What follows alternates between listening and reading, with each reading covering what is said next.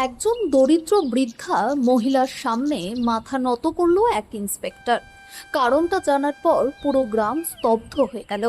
বন্ধুরা, এই সত্যি ঘটনাটি উত্তরপ্রদেশের জৌনপুরে। শহর থেকে একটু দূরে একটি ছোট্ট গ্রাম।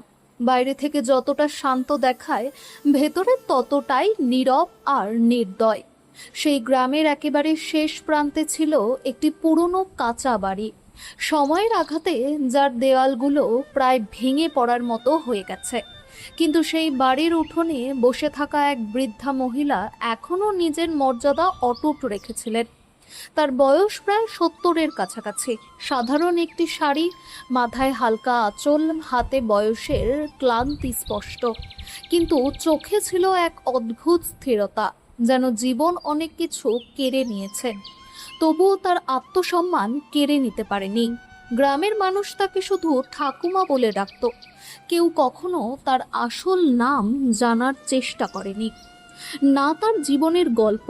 প্রতিদিন সকালে তিনি নিজের উঠোন ঝাড়ু দিতেন, পরিষ্কার করতেন, তারপর গ্রামের ছোট্ট মন্দিরের পাশে গিয়ে চুপচাপ বসে থাকতেন। তিনি ভিক্ষা চাইতেন না, কাউকে ডাকতেনও না। কখনো কখনো কেউ এসে জিজ্ঞেস করত, ঠাকুমা কিছু লাগবে? তখন তিনি হালকা হাসি দিয়ে বলতেন, সব আছে বাবা। কিন্তু গ্রাম জানতো তার কাছে আসলে কিছুই নেই। এক সময় এই ঠাকুমা ছিলেন গ্রামের সবচেয়ে সম্মানিত বাড়ির বউ।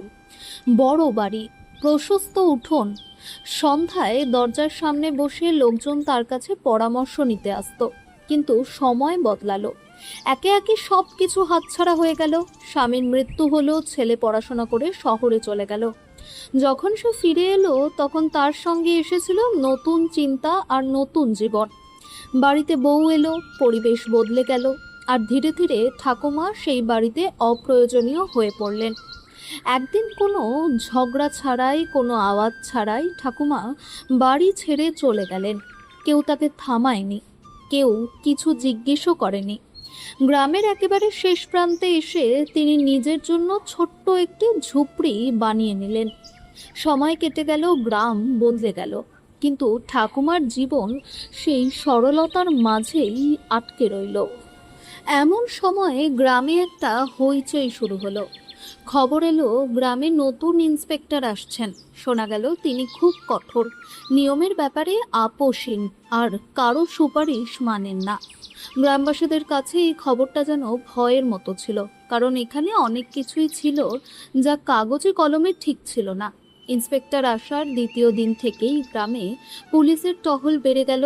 অবৈধ দখল, ঝগড়া, পুরনো অভিযোগ সব আবার সামনে আসতে শুরু করলো। মন্দিরের আশেপাশে যারা বসতো তাদেরও সরে যেতে বলা হলো। সেদিন ঠাকুমা মন্দিরের পাশে বসেছিলেন। হঠাৎ পুলিশের জিপ এসে থামলো। একজন সিপাহী নেমে কঠোর গলায় বলল, এখানে কেন বসে আছো? জানা নেই নাকি এখানে বসা মানা? ঠাকুমা মাথা তুললেন। তার চোখে না ছিল ভয়, না কোনো তর্ক। তিনি শান্ত স্বরে বললেন, বাবা, আমি তো রোজ এখানেই বসি। সিপাহী রেগে গেল। এখন আর বসবে না, বুঝতে পারছো না? তিনি কিছু বললেন না। তিনি নিজের শাড়ি ঠিক করে ধীরে ধীরে উঠতে লাগলেন। ঠিক তখনই নতুন ইন্সপেক্টর জিপ থেকে নামলেন। তার লম্বা চেহারা, পরিপাটি ইউনিফর্ম, আর মুখে এমন কঠোরতা যা দেখলে বড় বড় লোকও ভয় পায়। তার চোখ ঠাকুমার উপর পড়তেই তিনি এক মুহূর্তের জন্য থেমে গেলেন। হয়তো তিনি আগে অনেক বৃদ্ধা মহিলাকে দেখেছেন, হয়তো এতে বিশেষ কিছু থাকার কথা নয়, তবুও কেন যেন তার পা থেমে গেল। তিনি মন দিয়ে ঠাকুমাকে লক্ষ্য করলেন। তিনি সিপাহীকে জিজ্ঞেস করলেন, কি ব্যাপার? সিপাহী দ্রুত বলল, স্যার রোজ এখানে বসে, বারণ করার পরও শোনে না। ইন্সপেক্টর ঠাকুমার দিকে তাকালেন। আপনাকে এখানে বসতে বারণ করা হয়েছে? ঠাকুমা মাথা নাড়লেন। শুনেছি বাবা, এখন চলে যাচ্ছি। তার কথায় কোনো অভিযোগ ছিল না। ইন্সপেক্টর কিছুক্ষণ তাকে চলে যেতে দেখলেন। তার মনে কোথাও একটা অস্বস্তি হলো, কিন্তু তিনি নিজেকে বোঝালেন, এটা ডিউটি, এখানে আবেগের জায়গা নেই। সন্ধ্যা নেমে এলো, কিন্তু সেই রাতেই গ্রামে এমন কিছু ঘটলো যা পরের দিনের চিত্রটাই বদলে দিল। পরদিন সকালে খবর ছড়িয়ে পড়ল মন্দিরের পাশে চুরি হয়েছে। ছোটখাটো ব্যাপার ছিল, কিন্তু সন্দেহ দ্রুতই ঠাকুমার ওপর পড়ল। কারণ একটাই, তিনি একা থাকেন আর তার হয়ে সাক্ষ্য দেওয়ার মতো কেউ নেই। পুলিশ ঠাকুমার ঝুপড়িতে পৌঁছলো। যখন তাকে থানায় নিয়ে যাওয়া হচ্ছিল, গ্রামের অনেকেই দূর থেকে শুধু দেখছিল। কেউ কিছু বলল না, কেউ প্রশ্নও করলো না। তিনি চুপচাপ হাঁটছিলেন। থানায় নিয়ে গিয়ে তাকে একপাশে বসিয়ে রাখা হলো। আর ঠিক তখনই বাইরে থেকে প্রদর্শন সেরে নতুন ইন্সপেক্টর থানার ভেতরে ঢুকলেন। ঘরের কোনায় বসে থাকা ঠাকুমার দিকে ইন্সপেক্টরের চোখ পড়তেই সে এক মুহূর্তের জন্য থেমে গেল। সেই মুহূর্তে ঠিক কি বদলে গেল জানা যায় না, কিন্তু বাতাসে যেন এক অদ্ভুত নীরবতা নেমে এলো। ইন্সপেক্টর কিছুক্ষণ সেখানেই দাঁড়িয়ে রইল। তার দৃষ্টি স্থির ছিল ঠাকুমার ওপর, কিন্তু তার মনের ভিতর তখনও প্রশ্ন ঘুরপাক খাচ্ছিল। এই কি সেই মহিলা যার ওপর চুরির সন্দেহ? পুলিশের পোশাক তাকে শিখিয়েছে সন্দেহ আর প্রমাণ এক জিনিস নয়, কিন্তু গ্রামের ক্ষেত্রে অনেক সময় সন্দেহই প্রমাণ হয়ে যায়। সে পাশের সিপাহীকে ইশারা করলো।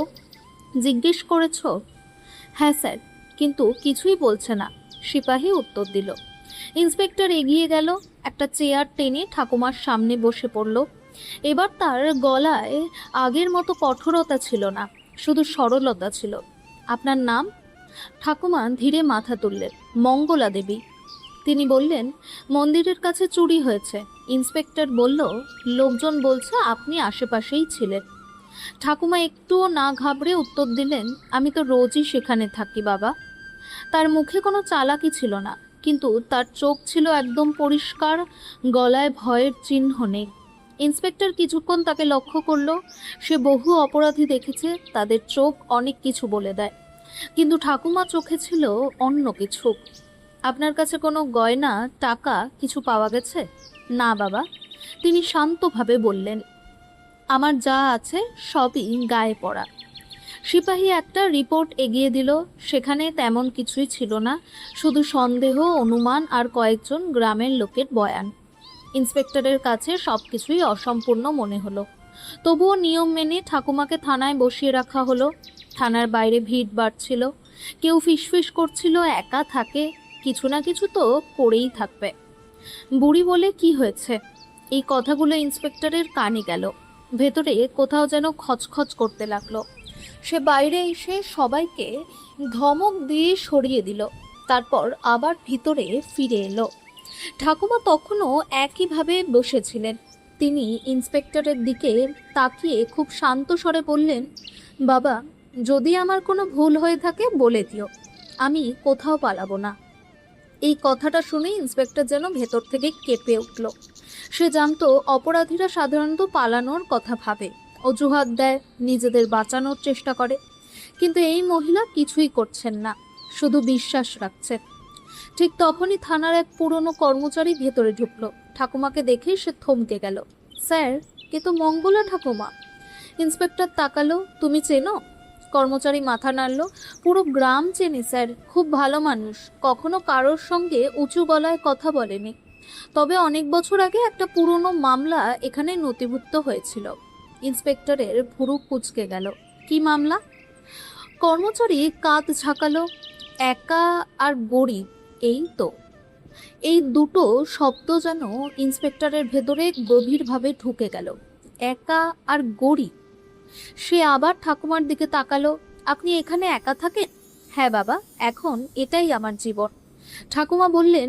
ইন্সপেক্টর কিছুক্ষণ চুপ করে থেকে জিজ্ঞেস করলো, আপনার পরিবার? ঠাকুমার আঙ্গুল শাড়ির আঁচল আরো শক্ত করে চেপে ধরল। সবাই নিজের নিজের পথে চলে গেছে।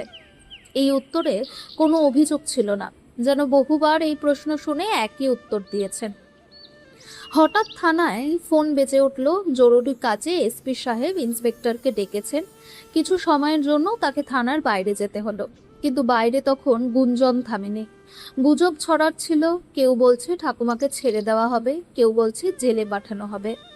কিছুক্ষণ পর ইন্সপেক্টর ফিরে এলো। সে দেখলো ঠাকুমা নিজের চট ঠিক করে দেয়ালের পাশে হেলান দিয়ে বসে আছেন, যেন এই বসাটাই তার নিয়তি। এই দৃশ্য তাকে অস্থির করে তুলল। সে সিপাহীকে বাইরে যেতে বলল।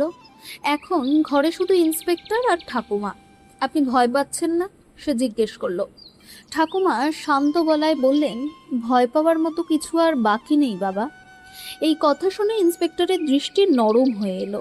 সে প্রথমবার অনুভব করলো এটা শুধু চুরির মামলা নয়, এর পেছনে আরও কিছু আছে যা এখনো সামনে আসেনি। তার মনে পড়ল পুরনো কর্মচারীর কথা। সে কিছুক্ষণ ভেবে উঠে দাঁড়ালো। আপনি এখানেই বসুন, আমি আসছি। ঠাকুমা মাথা নাড়লেন।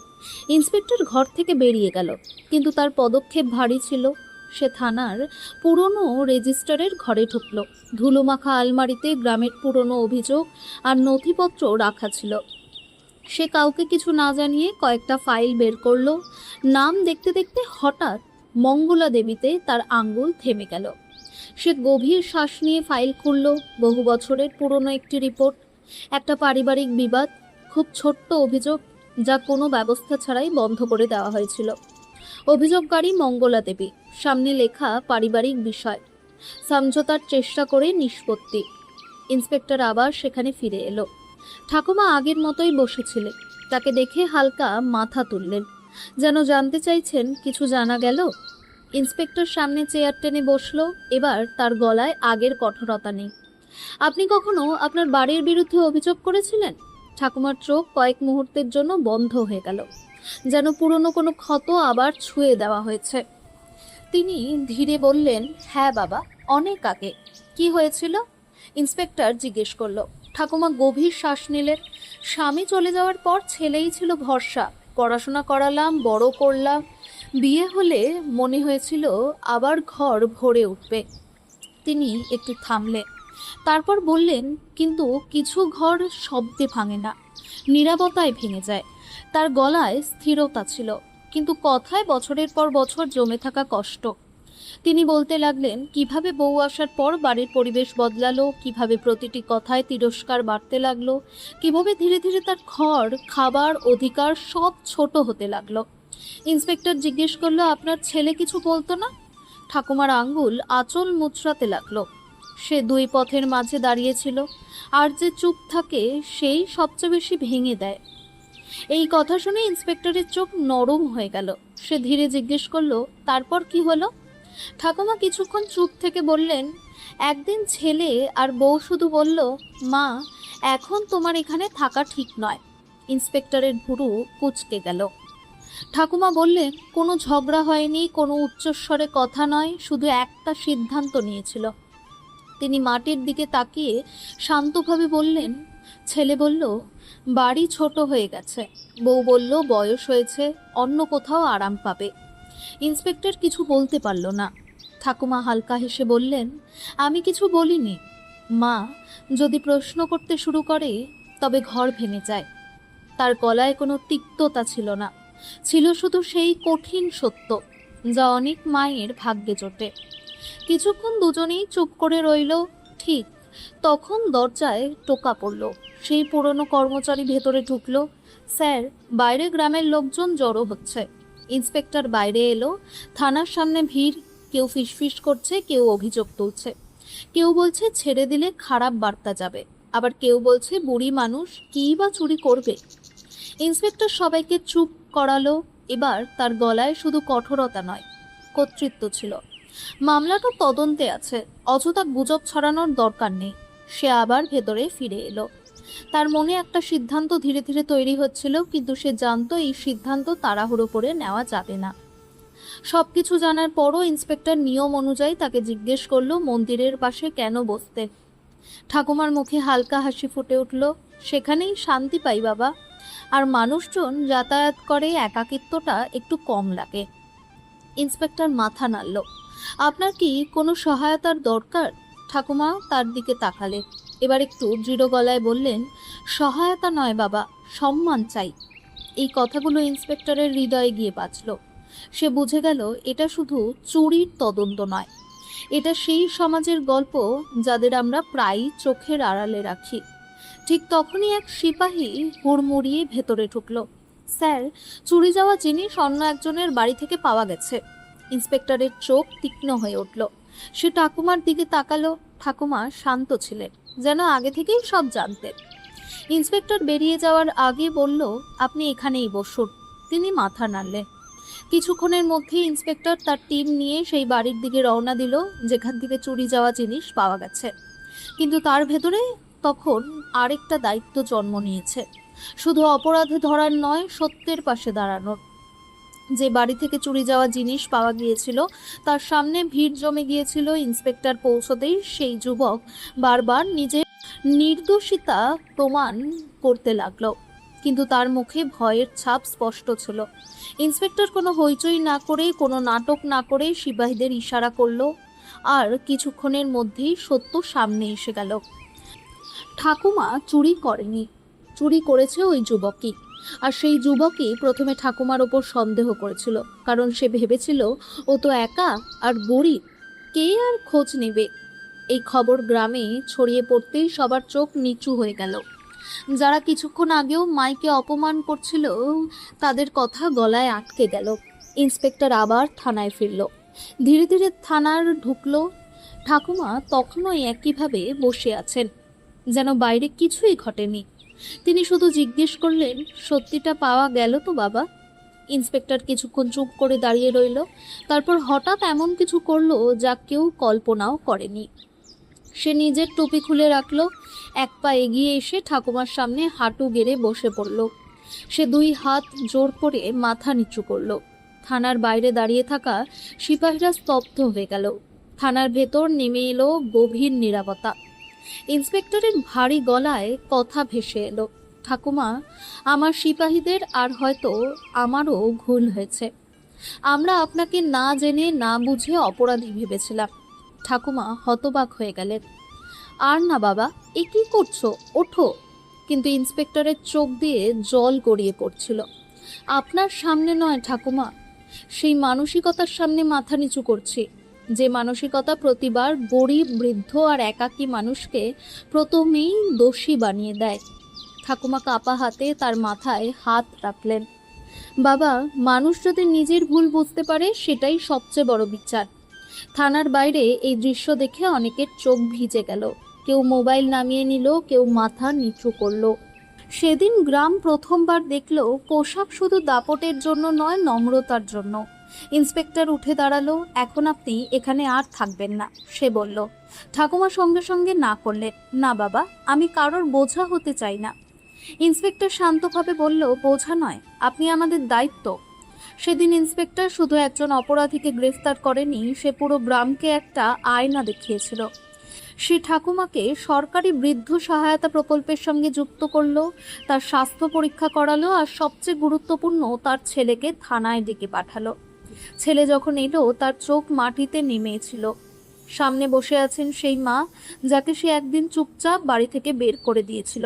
ইন্সপেক্টর কোনো বকাঝকা করলো না, কোনো বক্তৃতা দিল না, শুধু বলল, আইন আপনাকে শাস্তি দিতে পারে, কিন্তু আপনার মা আপনাকে ক্ষমা করবেন কিনা সেটা তার হৃদয়ের ব্যাপার। ছেলের চোখ দিয়ে জল গড়িয়ে পড়ল। সে মায়ের পায়ে বসে পড়ল। মা, আমি খুব বড় ভুল করে ফেলেছি। ঠাকুমা তার দিকে তাকালেন, তার চোখে রাগ ছিল না, শুধু ক্লান্তি। আমি তোমাকে জন্ম দিয়েছি, ঘৃণা করা শেখাইনি, তিনি বললেন। সেদিন তিনি ছেলের সঙ্গে যাননি। তিনি ইন্সপেক্টরকে বলেছিলেন, আমার ঘর এখন সেখানেই যেখানে সম্মান আছে। কয়েক মাসের মধ্যেই গ্রামের পরিবেশ বদলে গেল। মন্দিরের পাশে এখন আর কেউ মাইকে বেচারি বলে না। মানুষ তার পাশে বসে খোঁজ খবর নেয়, যেন নতুন করে তাকে চিনতে শিখেছে। যে চোখগুলো আগে এড়িয়ে যেত, এখন সেগুলো থেমে যায়। সেই ইন্সপেক্টর প্রতি মাসে গ্রামে আসে, চুপচাপ, কোনো প্রচার ছাড়া। ঠাকুমার পাশে বসে, জল দেয়, ওষুধের খোঁজ নেয়, আর যাওয়ার সময় বলে, কিছু দরকার হলে বলবেন মাই। ঠাকুমা শুধু মাথা নাড়ে, তার চোখে এখন বিশ্বাস আছে। কিছুদিন পর যেখানে আগে তার ভাঙা ঝুপড়ি ছিল, সেখানে দাঁড়ালো একটি ছোট পাকা বাড়ি। বড় নয়, কিন্তু মজবুত। দুটি ঘর, একটি রান্নাঘর, আর সামনে ছোট উঠোন। দেয়ালগুলো সাধারণ, কিন্তু তাতে নিরাপত্তা আছে। দরজা খুলতেই রোদ ভেতরে ঢুকে পড়ে। পরে গ্রামের মানুষ জানতে পারে ইন্সপেক্টর কোনো প্রকল্পের নাম দিয়ে নয়, কোনো ছবি তুলে প্রচার না করে নিজের উদ্যোগেই বাড়িটা বানিয়েছে। সে শুধু বলেছিল, ঠাকুমা আর মাটিতে বসে থাকবে না, ঠাকুমা যখন প্রথম সেই বাড়িতে পা রাখেন তার চোখ ভিজে গিয়েছিল। এতটাই যথেষ্ট, এখন শান্তিতে বাঁচা যাবে, তিনি বলেছিলেন। এরপর গ্রামে একটি ছোট্ট কেন্দ্রও খোলা হয়, যেখানে বৃদ্ধরা এসে নিজের কথা বলতে পারে। কোনো ফর্ম নেই, কোনো লম্বা লাইন নেই, শুধু একটি জায়গা যেখানে তাদের কথা শোনা হয়। ইন্সপেক্টর বলেছিল এখানে বয়স নয়, মানবিকতা দেখা হবে। ঠাকুমা এখনও সাদামাটা জীবনযাপন করেন। তিনি ভোরে ওঠেন, মন্দিরে যান, কিন্তু এখন আর সেই একাকিত্ব নেই। এখন মনে হয় তার পাশে কেউ আছে। আর গ্রাম শিখে গেছে একটা বড় কথা, দারিদ্র্য দুর্বলতা নয়, বার্ধক্য বোঝা নয়, আর মানবিকতা আইনের থেকেও বড়। আজ যদি আপনার আশেপাশে কোনো বৃদ্ধ চুপচাপ বসে থাকে, একবার থেমে ভাবুন, সেও কি কোনো মঙ্গলা ঠাকুমা নয়, যার শুধু একটু সম্মানের প্রয়োজন? যদি আপনার মা, দিদা বা কোনো বয়স্ক মানুষ কিছু না চায়, তাহলে বুঝবেন হয়তো তারা চাওয়া ছেড়ে দিয়েছে। আপনি কি করবেন একদিন যদি আপনার মা রাস্তায় বসে থাকেন? আপনি কি আইন হবেন, না একজন সন্তান? নিজের মতামত কমেন্টে জানাতে ভুলবেন না। আর যদি এই গল্পটি আপনার হৃদয়ে ছুঁয়ে যায়, তাহলে ভিডিওটি লাইক করুন এবং চ্যানেলটি সাবস্ক্রাইব করুন, আর সবার সঙ্গে শেয়ার করুন। হয়তো কারো দৃষ্টিভঙ্গি বদলে যাবে, আর সেটাই হবে সবচেয়ে বড় জয়। আবার দেখা হবে পরের ভিডিওতে। ততদিন ভালো থাকুন, বড়দের সম্মান করুন, আর নিজের কর্তব্য মানবিকতার সঙ্গে পালন করুন।